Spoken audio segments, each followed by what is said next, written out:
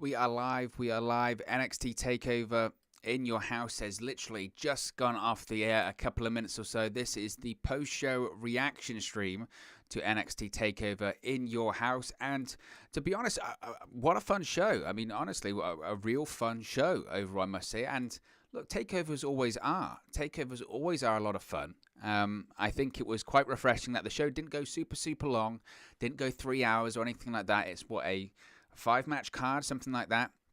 Sometimes partially, I think one criticism sometimes of NXT takeovers can be even that they are like 5-match shows usually. 5 or 6 match shows is usually the limit for most NXT takeovers. I think sometimes the criticism of it can sometimes be that certainly the main events go way too long. When you got these like 40-minute main events, feel a bit too much. But I think, to be honest, most things on this show hit. I think the things that didn't go super long, didn't need necessarily to go super long. I think most of it they got right. I think overall it was a very enjoyable show. Obviously, huge cliffhanger at the end, which is going to have a lot of people talking. No surprises in terms of debuts or returns on this show yet.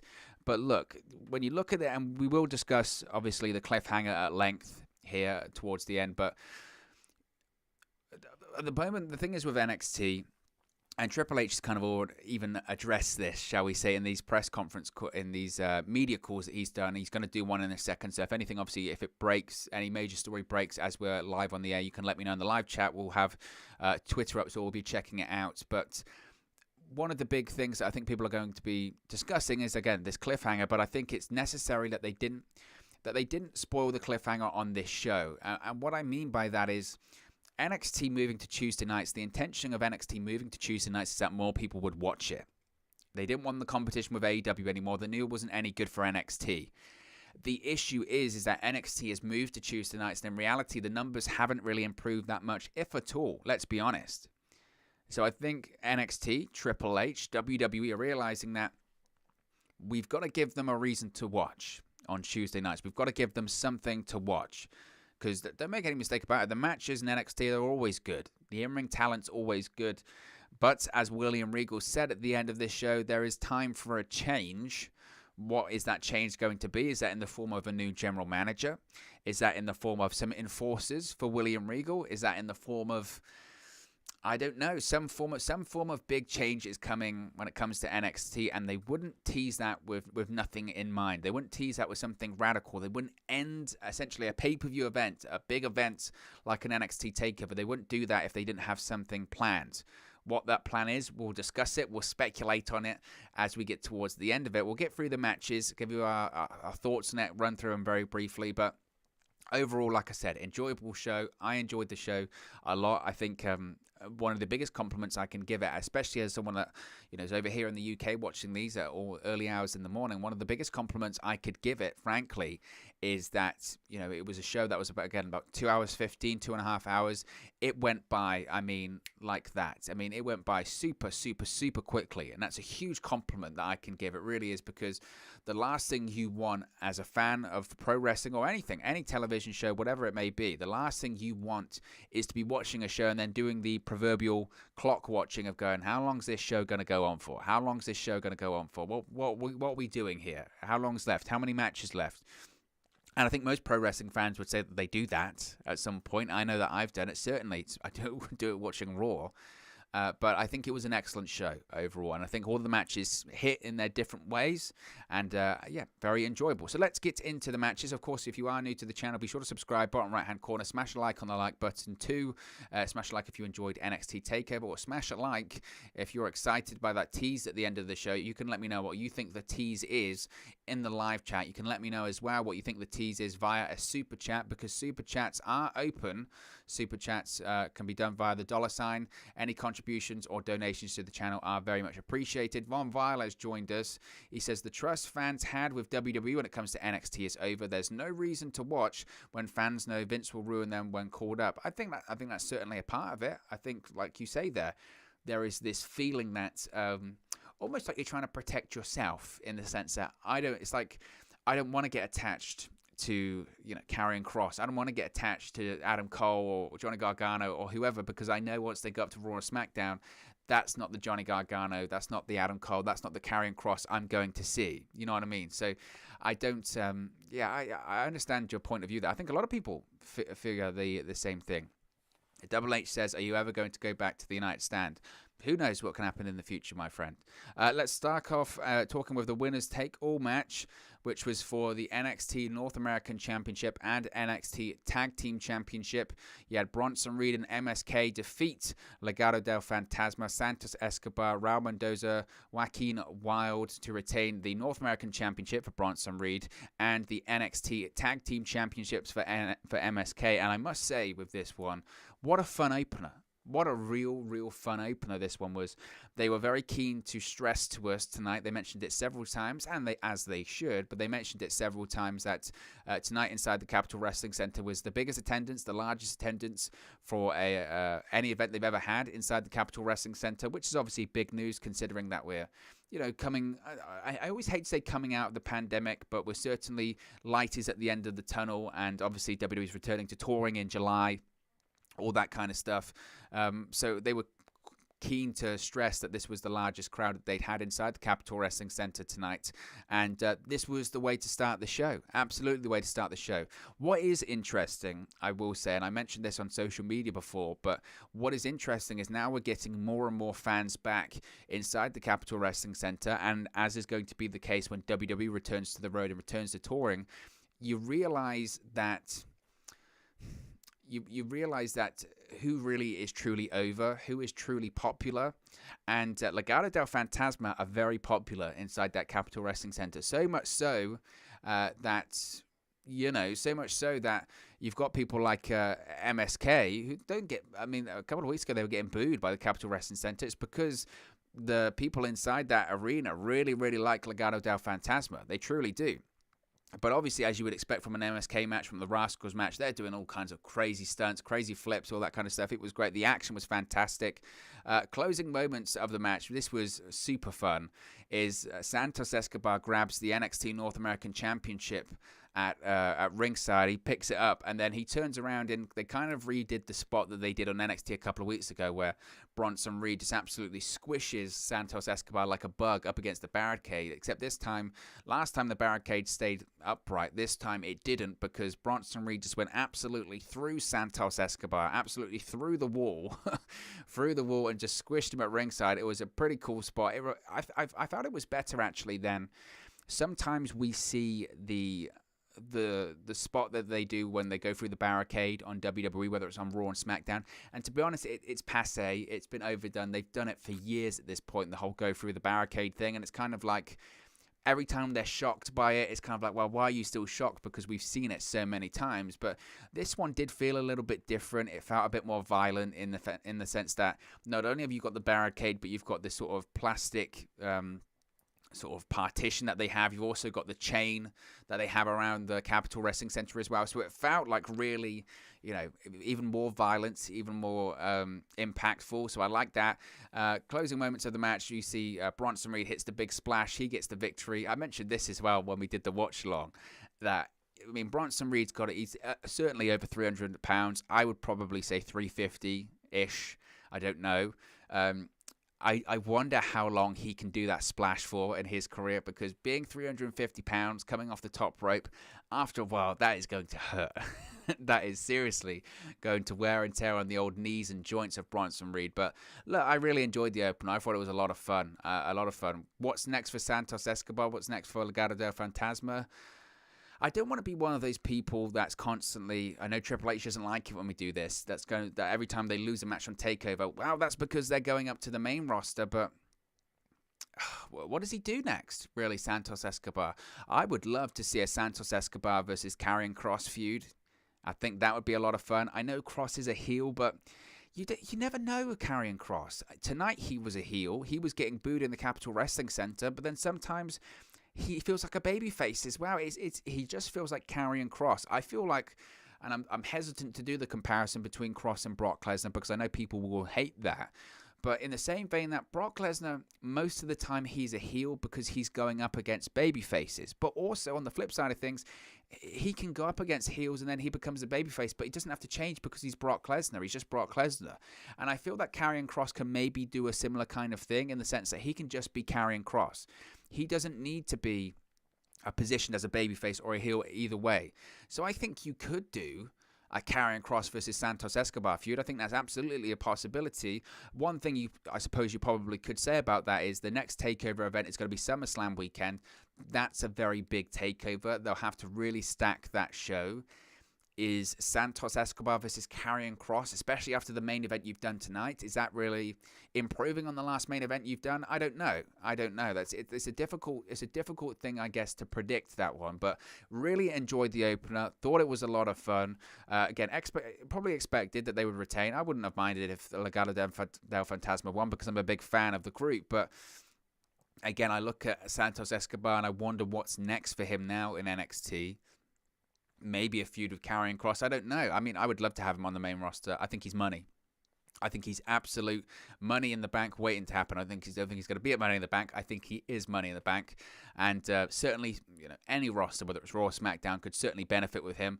He's ready. He's ready to go right now. So enjoyed that one. Next match was Mercedes Martinez versus Xia Li. Double H says, I appreciate that, Double H. Desmond Podcast says, maybe a breakup heel turn. Maybe that's a possibility as well. So we had Mercedes Martinez versus Xia Li. Xia Li gets the victory in this one, as to be expected. I think most people would expect that, considering the push that obviously Chansha are getting. She had obviously Boa and Mei Ying at, I was going to say Boa was at ringside. Mei Ying was obviously in the throne. Now, obviously, after Xia Li won the match, and it was a short match, it only went about 7 minutes or so. After Xia Li won that match, Mercedes Martinez post-match, Xia Li, I should preface this, but Xia Li tells Boa, get a steel chair. Gets a steel chair. He's going to go after Mercedes Martinez, but Martinez grabs the chair. She starts attacking Xia Li, starts attacking Boa. Then she starts hitting Xia Li. Xia Li goes onto the entrance ramp. Then, on top of that, she then faces off with Mei Ying, who's sitting in her throne, as she always has, and says, I'm not afraid of you. Come on, stand up. Come towards me. So Mei Ying, for the first time, I think, pretty much, right, gets up out of her chair, and we see a bit of physical action from Mei Ying. And obviously, she's being positioned as this big, dominating force, because she just grabs Mercedes Martinez by the throat first. Mercedes Martinez actually hits her in the gut of the chair, so she does actually get a bit of offense in on her, but then Mei Ying just grabs her by, it's like the chin. It wasn't even the throat, it's like the chin, like this. And then just throws her off the stage into the barricade. Looked like a really nasty landing for Mercedes Martinez, it must be said. But the first time we've seen Mei Ying get involved, look, I know that a lot of people maybe aren't totally a fan, shall we say, of the whole, Chansha gimmick. I get it. I do get it. But it's, first of all, you got to say, that entrance by Xia Li tonight was awesome. That entrance was fantastic. That entrance was real good. The production quality was great. That's what you have to say with WWE. Certainly NXT. NXT are very, very good at coming up with entrances, aren't they? Really, really good at coming up with just great theatrical productions, over-the-top entrances. They did it with Karrion Kross. Obviously, they've done it with so many people over the years.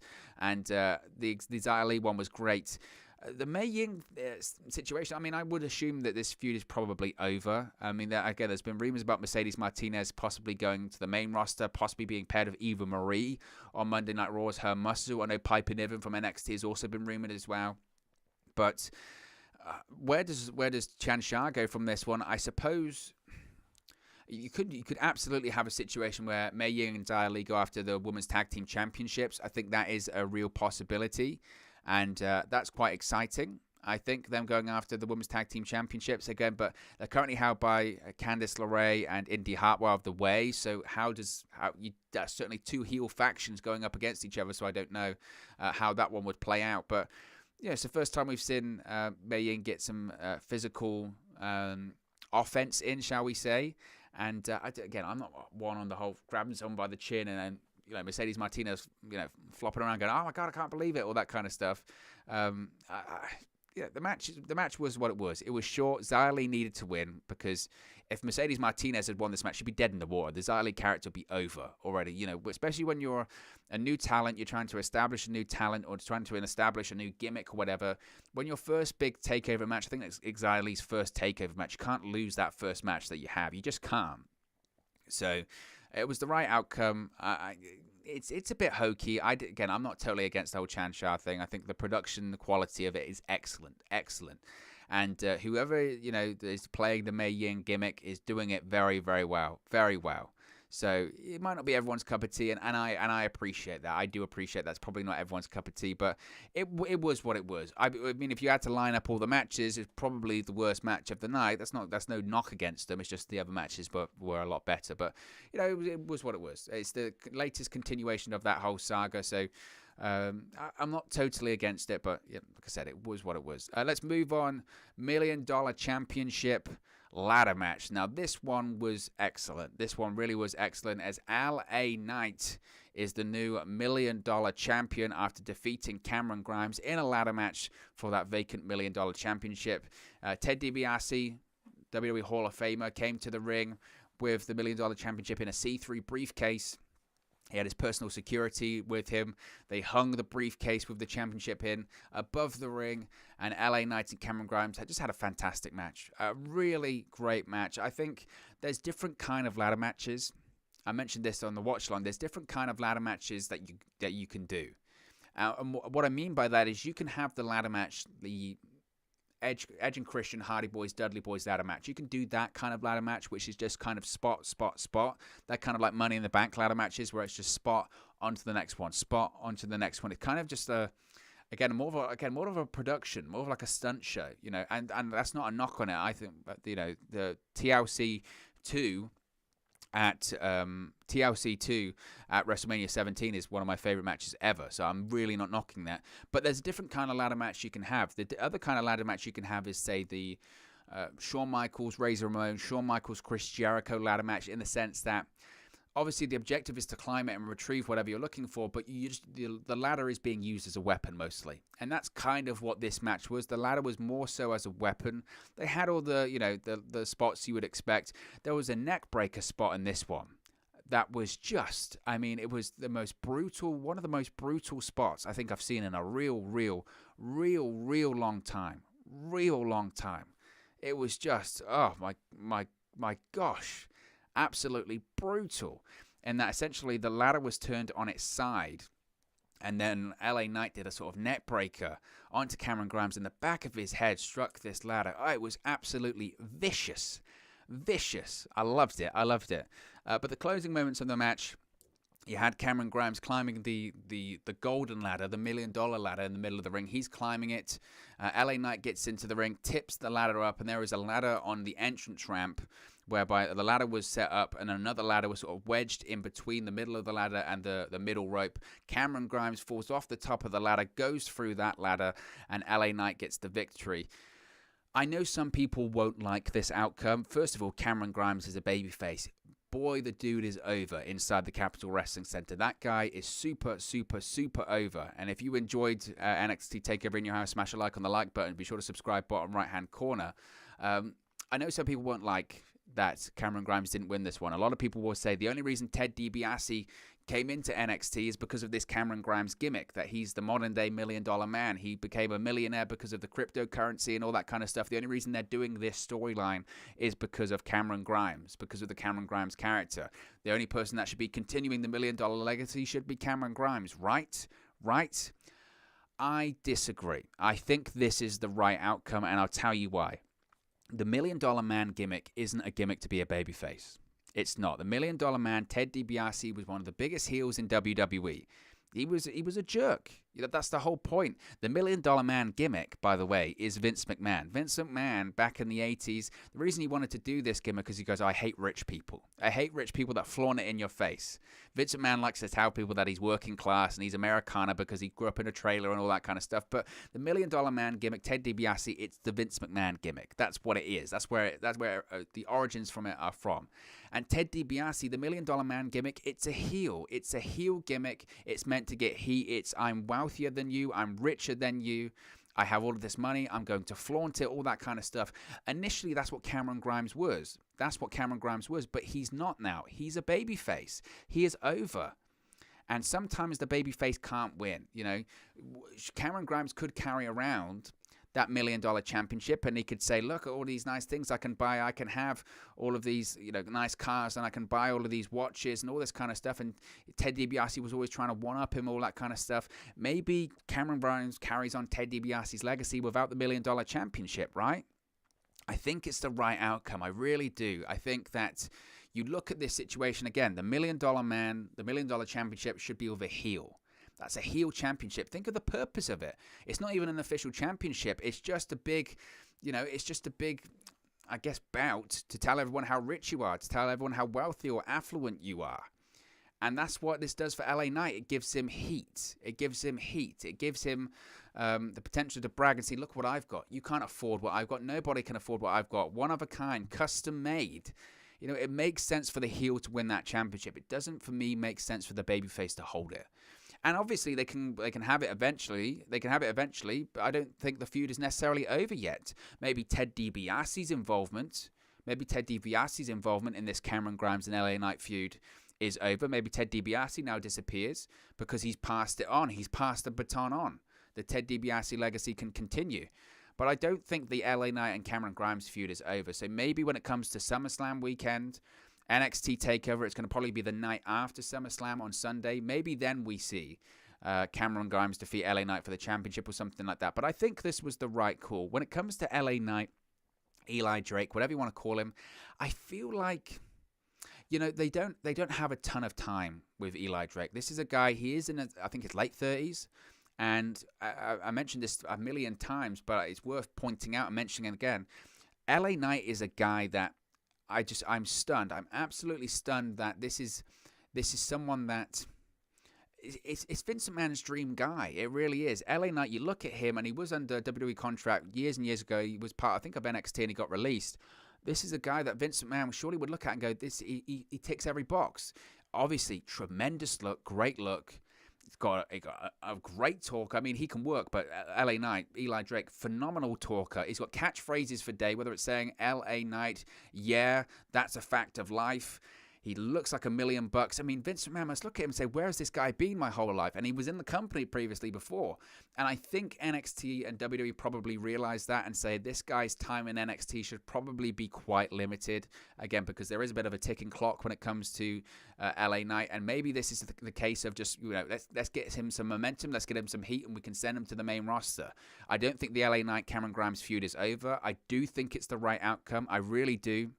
I really do think it's the right outcome because, again, the $1 million championship is a heel title. It's a heel gimmick. Cameron Grimes is one of the most over babyfaces currently in NXT. So whilst I don't think the feud is over, I think it was the right outcome. The babyface, unfortunately, guys, the babyface cannot always win. Sometimes you have to go with the heel, and I think it was the right call. Daniel Lever says, hi, Owen, just subscribed and liked. Love your stream. I appreciate that, Daniel. You can join in by smashing a like on the like button, subscribe in bottom right-hand corner. Let's move on and talk about the NXT Women's Championship. Then we'll talk about the main event, and we'll talk about that big William Regal cliffhanger. NXT Women's Championship, Raquel González, as to be expected, retained over Ember Moon. Raquel González largely dominated the majority of this one. Dakota Kai got involved a couple of times. There was a submission hold, and she pushed the rope to allow Dakota Kai Raquel González rather to grab the rope. Then there was a situation where Ember Moon hit the Eclipse and it looked like she was actually going to win the match. Dakota Kai allowed or put the foot of Raquel González on the bottom rope. This then brought out Shotzi Blackheart, of course, is Ember Moon's tag team partner. Shotzi Blackheart, who has been out with an injury. She was taken out by Raquel González, and she brawls with Dakota Kai to the back. And eventually gets to the point where Raquel González counters into her one-arm powerbomb, gets the victory. This one was, you know, I watch Raquel González matches, and obviously there is an improvement curve there. She has improved The presentation of Raquel González is very, very good. Obviously, she is an attraction. There aren't many people on the NXT roster or just WWE's roster in general that look and have the size of Raquel González. There certainly is something there. There's no doubt in my mind there certainly is something there when it comes to Raquel González. I still will say sometimes I do watch her matches and think they're slightly clunky. Easy for me to say clunky, and there still is an element of being green there. I think that's fair to say when it comes to Raquel González, and they certainly, the stuff they do, the way they lay out the matches, I think is perfectly designed to protect Raquel González, to extenuate the positives, hide the negatives, as the cliche would go. I really liked, she did a Vader bomb into sort of a senton, a sort of corkscrew senton, which was very good, but the match was fine. Again, the outcome, as was the case for a couple of these matches tonight, this was probably, arguably, along with Xia Li, the match that was most easy to predict in terms of Raquel González isn't dropping the NXT Women's Championship anytime soon. She only just won the championship at NXT TakeOver Stand and Deliver. There's certainly a lot of feuds ahead of her that I think we're going to move towards. Obviously, one is eventually Dakota Kai will turn on Raquel González. Raquel González will be the babyface in that feud, and she will face off against Dakota Kai. I still think potentially we have a situation where it's Raquel González and Dakota Kai teaming up against Io Shirai and possibly Poppy as the tag team partner. I know some people might roll their eyes at that, but I think given Poppy's association with NXT, given Poppy helped bring back Io Shirai this past week on NXT, considering at one point we had the stare down between them both this week as well, obviously with Raquel González defeating Shirai at NXT TakeOver Stand and Deliver. NXT, WWE looked at what they did with Bad Bunny for WrestleMania. They look at that and they say, we can do that with Poppy and NXT. I would think NXT SummerSlam weekend, we see Raquel González and Dakota Kai versus Io Shirai and Poppy. That's my prediction for now. That obviously could change, and that maybe that will change. We'll probably continue to see Raquel González and Dakota Kai versus Ember Moon and Shotzi Blackheart going forward on NXT. Just before the main event, actually, as Johnny Gargano was making his way out, there was a brawl between Raquel González, Dakota Kai, Ember Moon, and Shotzi Blackheart backstage. This was the first of many, or wasn't the first of many brawls, rather. We saw earlier today Kyle O'Reilly was brawling with Johnny Gargano in the parking lot. During the show, we saw Karrion Kross brawling with Pete Dunne. There was certainly an underlying theme of chaos and things being out of control throughout the entirety of the show, which we'll touch on after the main event. So Raquel González retains, as to be expected. The match was fine. Then we had the main event, NXT Championship Fatal 5-Way match. Karrion Kross retains the NXT Championship, defeats Kyle O'Reilly, Adam Cole, Johnny Gargano, and Pete Dunne via technical submission. Match lasted over 25 minutes, 26 minutes and 15 seconds, and I could go through all of the million spots that they had in this match. It was at points it was really difficult to follow because there was so much going on, but I thought it was very good. It's easily Karrion Kross's best match he's had as part of the NXT roster. The one thing you could say that is maybe slightly difficult coming out of this is that who does Karrion Kross realistically face now? Because he has just eliminated every single contender he has had. He has beaten Finn Balor, and now he's defeated 4 guys in one match. Who is next? Who is next to face off against? Last year, of course, we had during the NXT Great American Bash, we had a situation where Keith Lee and Adam Cole faced off for the NXT Championship and the NXT North American Championship. It was winner take all. Do we see a situation where maybe Bronson Reed faces off against Karrion Kross this year at the NXT Great American Bash once again? Championship versus championship. Again, Karrion Kross wins that match if they do, but certainly that would be a fascinating match. I did think it was excellent, though. I did. And the closing moments of the match essentially had Kyle O'Reilly locking in the heel hook on Adam Cole. Looked like Adam Cole was going to tap. He was really close to tapping. You think he's going to tap. Karrion Kross appears out of nowhere. He then locks in the cross-jacket submission. And eventually you're saying, it's just, is Adam Cole going to hang on? Can he hang on? Can he hang on? Can he hang on? And eventually Kyle O'Reilly passes out. Karrion Kross wins the match via technical submission. But we had all sorts in this match. We had Karrion Kross being thrown through the door of the NXT In Your House TakeOver In Your House set. He went through the door. You had him being powerbombed by, ironically, Kyle O'Reilly and Adam Cole onto the announce desk.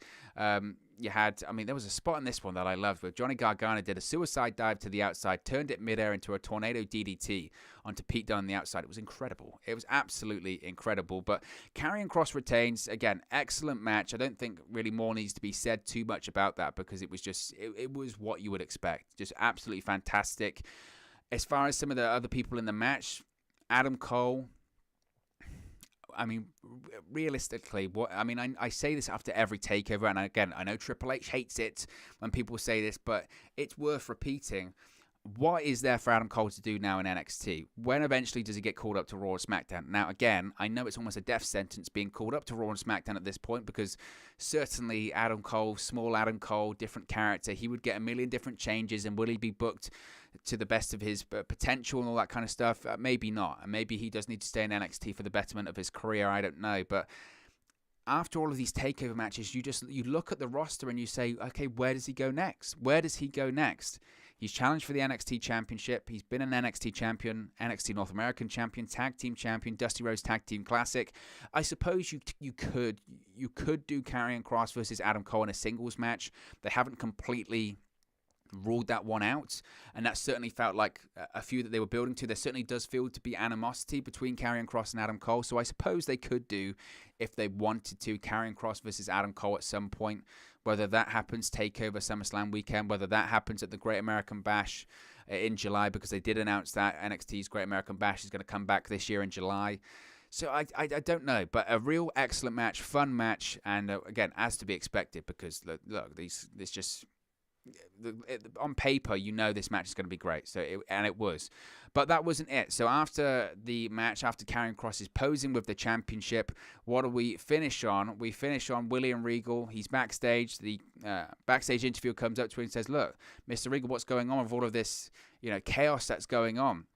You've seen brawls between Karrion Kross and Pete Dunne tonight. You saw brawls between Raquel González, Dakota Kai, and Ember Moon and Shotzi Blackheart. We're seeing brawls on NXT. We're seeing Adam Cole showing up on NXT a couple of weeks ago and brawling with people. It feels like every week we're just seeing non-stop brawls. We're seeing brawls between Io Shirai and Candice LeRae on NXT too. It's chaos. It's constantly chaos. And he looked defeated, William Regal. He looked absolutely defeated. He said, look, I've been here for 7 years. He's been the general manager of NXT. Is it 7 years already? Is that right? Gosh. So it's crazy, isn't it? I suppose 2014 is about right. Because the general manager of NXT, you had Dusty Rhodes as the commissioner. Then you had JB out. If people forget, JB out, John Bradshaw Layfield was the general manager for NXT for a hot second there. And then William Regal became the general manager. So it goes 7 years, 2014. Gosh, doesn't time fly so quickly? So he says, I've been general manager. I've been here for 7 years, and I've never seen so much chaos and bedlam. And he says something needs to change. And then he walks off. He walks off into the distance, and you see the little, copyright graphic and all that kind of stuff. And that's how they close the show, which is obviously very significant. Very significant. Now, what does this mean? I've put in the title William Regal resigns. I mean, technically, we don't know. We don't know if William Regal has indeed resigned, but he says something needs to change. What is that change going to be? Obviously, we could see a situation where he does resign and we have a new general manager of NXT. Personally, I don't know if we will. If he decided to change, William Regal, he's not just an on-screen talent. He works at the Performance Center. He's a coach. He's more of a talent scout. He really is. He's more of a talent scout. He does recruitment. He goes to certain sporting events and certain places, scouts talent. He also, when talents have tryouts, he's there assessing talents, all that kind of stuff. So has William Regal necessarily resigned? We don't know. He said there needs to be change. Now, what does that change mean? Obviously, it could mean that he resigns and we have another general manager come in. Who would that general manager be? I've seen people say Shawn Michaels being a general manager. That's a possibility. Certainly more high profile than William Regal, and would get people watching Tuesday nights NXT. I don't know. Maybe. Could it be Triple H? Triple H maybe becomes the general manager of NXT. Just put Triple H on Tuesday nights. I'm sure they would like that. The issue with that is that Triple H legitimately is running the show in Gorilla, so I don't think that's going to happen. Shawn Michaels doesn't really want to be on camera that much. And again, he's helping run the show. He's helping put together the show. He runs NXT UK as well.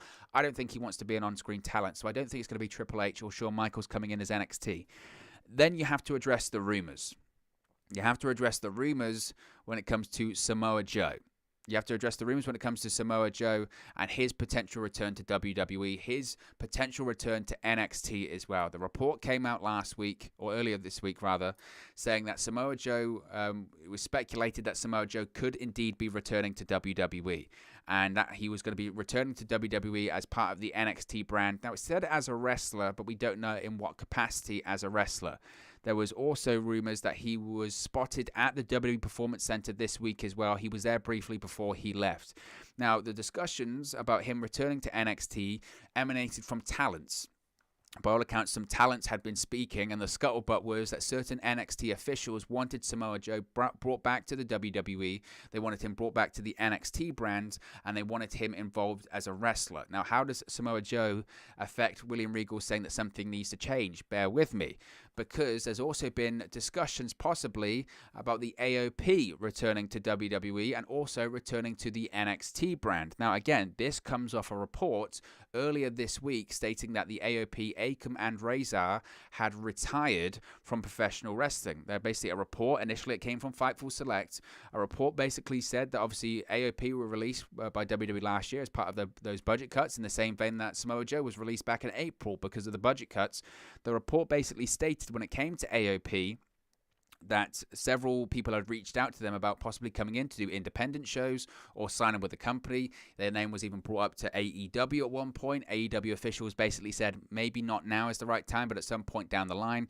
Obviously, there was interest from New Japan Pro Wrestling because, of course, they would fit in perfectly with New Japan. And the general consensus with New Japan at the time is that they were on a hiring freeze, so they couldn't bring over talent at the time. But basically, the feeling is that they were working regular jobs at the moment, Akam and Razor. That was then followed up with a promoter that reached out to Fightful and said, well, actually, I tried to book AOP and I was told that they're retired.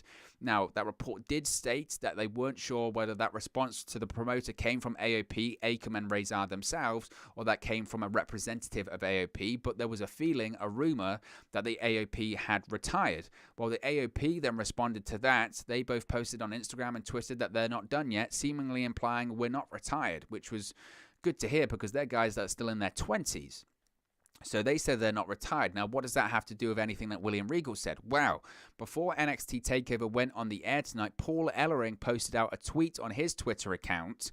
Now, Paul Ellering, of course, was the manager of AOP in NXT during their arguably the most successful run of their career, where they were former NXT Tag Team Champions and Dusty Rhodes Tag Team Classic winners.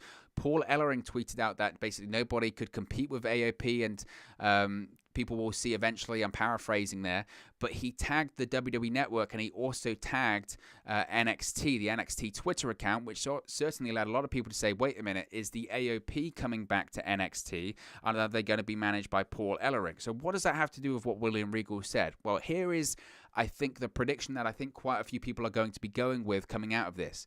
Because William Regal closing the show, teasing that something needs to be changed is a big deal, because they could have just teased that during the middle of the show and said, oh, tune into NXT on Tuesday night.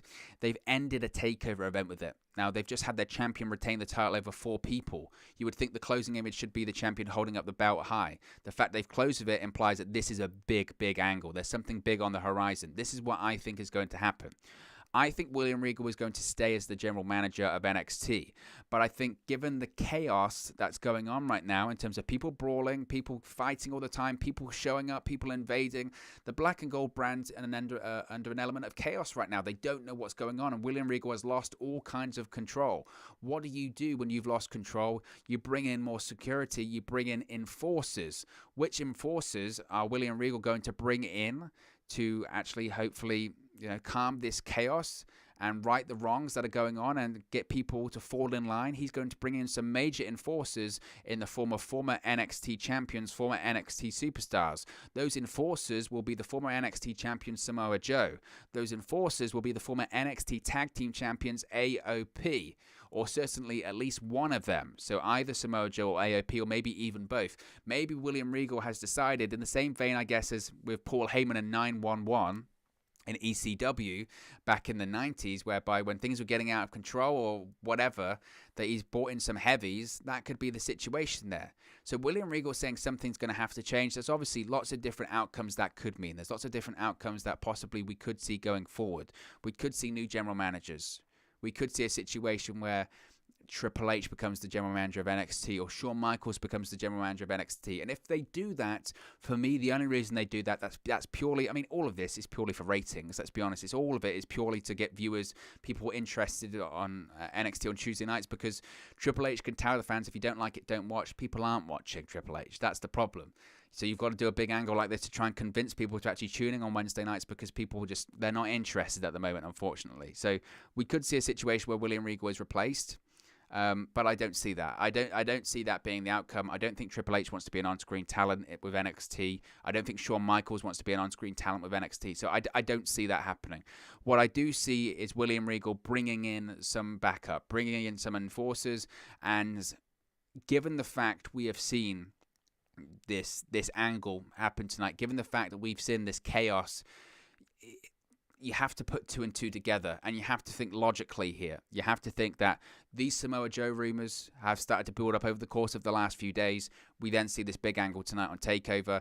Logic would suggest that that Samoa Joe, it could be a part of it, and maybe Samoa Joe is going to be William Regal's backup. Samoa Joe is going to be William Regal's heavy, or he's going to be the guy that enforces the rule of William Regal in NXT. Maybe AOP weren't initially a part of this. Maybe the plan initially didn't involve AOP to be part of this.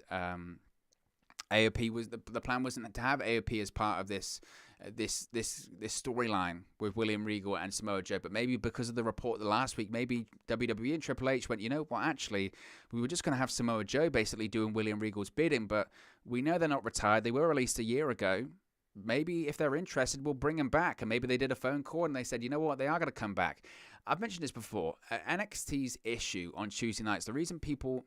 No, that's not one. It's a partial issue. And this is certainly a big reason, I think, why they didn't succeed against AEW. AEW had so much more star power than NXT. It wasn't even funny. And people can say about, the surprise of AEW that they had on NXT, and was surprised that AEW beat WWE and all that kind of stuff. It's not a surprise. It's not a surprise. When you have a show that has Chris Jericho, Kenny Omega, Cody Rhodes, Jon Moxley, Sting, the list can go on and on of the talents that they have under contract. If any of those names, Chris Jericho, Jon Moxley, Sting, Cody Rhodes, Young Bucks, Kenny Omega, if any of those names were signed to WWE, they wouldn't be on NXT. They would be put on SmackDown, they would be put on Raw. Why would they be put on those brands? Because they're big names, they draw ratings, they draw viewership. So how is NXT, how were they ever expected to compete with AEW? Because they don't have those stars. And I think maybe WWE or Triple H or whoever, maybe they've eventually caved and they realize, you know what? We need to put some stars on the NXT brand. Obviously, we're building stars. They don't like to call it developmental. They hate to call it all that kind of stuff. But maybe they've realized, you know what? Maybe we need to put some stars on the show. Maybe we need to put some more recognizable names on the show. Maybe we need to give the viewers a reason to watch in the first place, and then they can get to know these names that they don't know as well. And maybe that's bringing back Samoa Joe as William Regal's enforcer. Maybe that's bringing back the AOP as William Regal's enforcers as well. So I think not that we should jump to conclusions by any stretch of the imagination, but logic here would suggest that given the rumors of Samoa Joe's return, given the maybe spoiler by Paul Ellering that he posted on social media, that this change that William Regal is talking about possibly means him hiring some backup, some bodyguards, some enforcers, and that is Samoa Joe and AOP.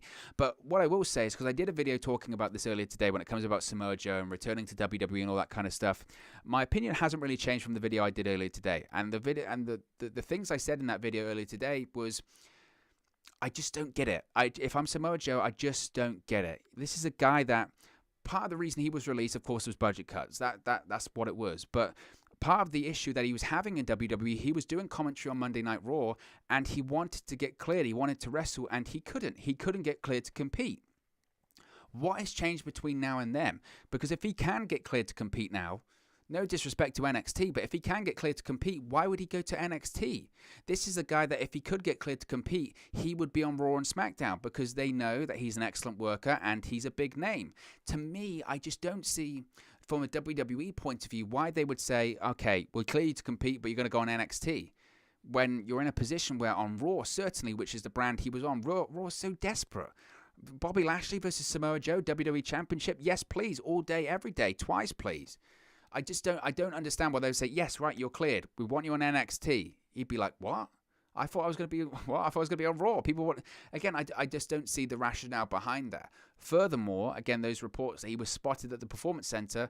If you wanted to keep this big angle a secret, a surprise, why would you have him come into a public setting and be seen by so many people? There's lots of things in that storyline that report that I just didn't understand, and I just found very strange from NXT's point of view and WWE's point of view, especially Samoa Joe.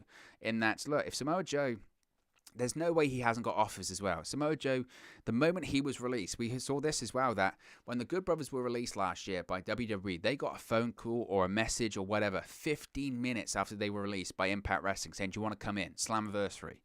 So there's no way Samoa Joe hasn't already got offers. There's no way that Samoa Joe hasn't had an offer from AEW, from Impact, or wherever. And again, if I'm Samoa Joe, I would say, right, do I want to go back to the company that fired me after I called both nights of WrestleMania as a commentator and refused to clear me to compete on Raw and SmackDown? Do I want to go back there, or do I want to go to AEW where they're going to offer me a load of money? I'm going to wrestle against guys I've never faced before, Kenny Omegas, Darby Allins, all of those great names. I'm going to be featured in a prominent position. I'm going to be part of a growing company, or I can go to Impact Wrestling. I can become the world champion overnight. I could go to Ring of Honor. I can make a ton of money. They're both well-backed. I find the move very strange from Samoa Joe's point of view, unless they offered him a load of money, but they haven't because, again, part of the reason for releasing him was budget cuts in the first place. So all of it is just, I seem very, very strange to me, and I don't understand. So, but logic would suggest that maybe this is the situation. Maybe Samoa Joe is indeed going to come back to NXT. Maybe he is going to be William Regal's enforcer, and maybe the same with the AOP. But it's certainly fascinating, certainly very interesting. And like I said before, I find that considering all of the situation when it came to Samoa Joe, considering, again, the way he was released, the manner in which he was released, the way that, the WWE, again, had him call WrestleMania, had him call both nights of WrestleMania, and then it was just decided, okay, well, move on. I find that very, very surprising. I find it very surprising. But look, guys, as always, I'm going to wrap it up here. We'll settle this one down. We'll probably talk about it tomorrow here on the channel anyway. But look, guys, as always, thank you very much for tuning in. I really appreciate everyone that's interacted. Be sure to smash a like on the like button. Be sure to subscribe, bottom right-hand corner, if you haven't already. We're like 60 subscribers away from 4,000. So if you haven't subscribed already, now is the time to do it. We'll be doing a live watch-along next weekend for Hell in a Cell and a post-show reaction stream too. So be sure to subscribe so you won't miss that. Plus, we do daily videos talking about WWE, AEW, Impact Wrestling, New Japan Pro Wrestling, all things pro wrestling here on the channel. So be sure to smash the like on the like button too. Look, guys, thank you very much for watching, listening, streaming.